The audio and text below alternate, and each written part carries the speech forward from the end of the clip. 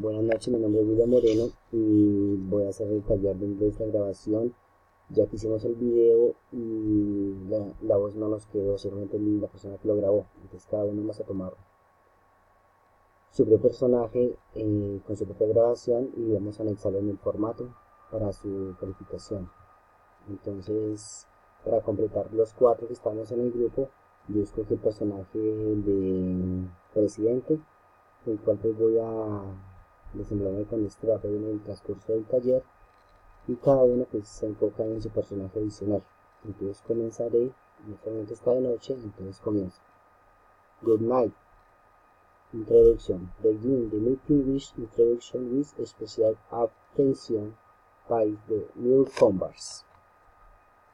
If we are here, let's get started first of all. I'd like you to please join me in welcome Jack Peterson, our socials are sales vice president.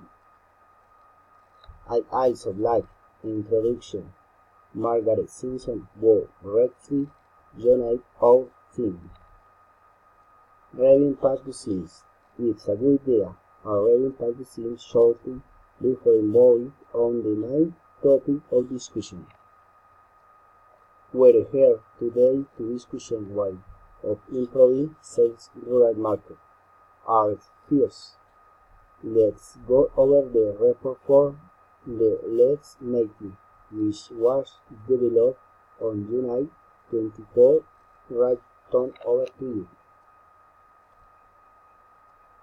Thank you, Tom. So, if there is nothing else we need to discuss, let's move on today again. Have you want to raise a copy of today again? If you don't need, I like to skin one and move on items. 2. Sales improving in rural market areas. Jack has kindly agreed to give us a report on this market. Jack.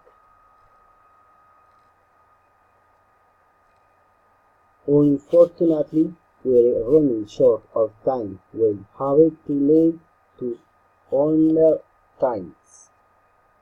Thank you very much, Jack. Right. Is look as don't we the mind is there any other business? Good idea, Donald. How goes today into market time some top every. Let's meet the same time 9 o'clock. Is that okay for everyone? Excellent. I'd like to thank you, Chris, for coming our meeting today. The meeting is valuable. Thank you.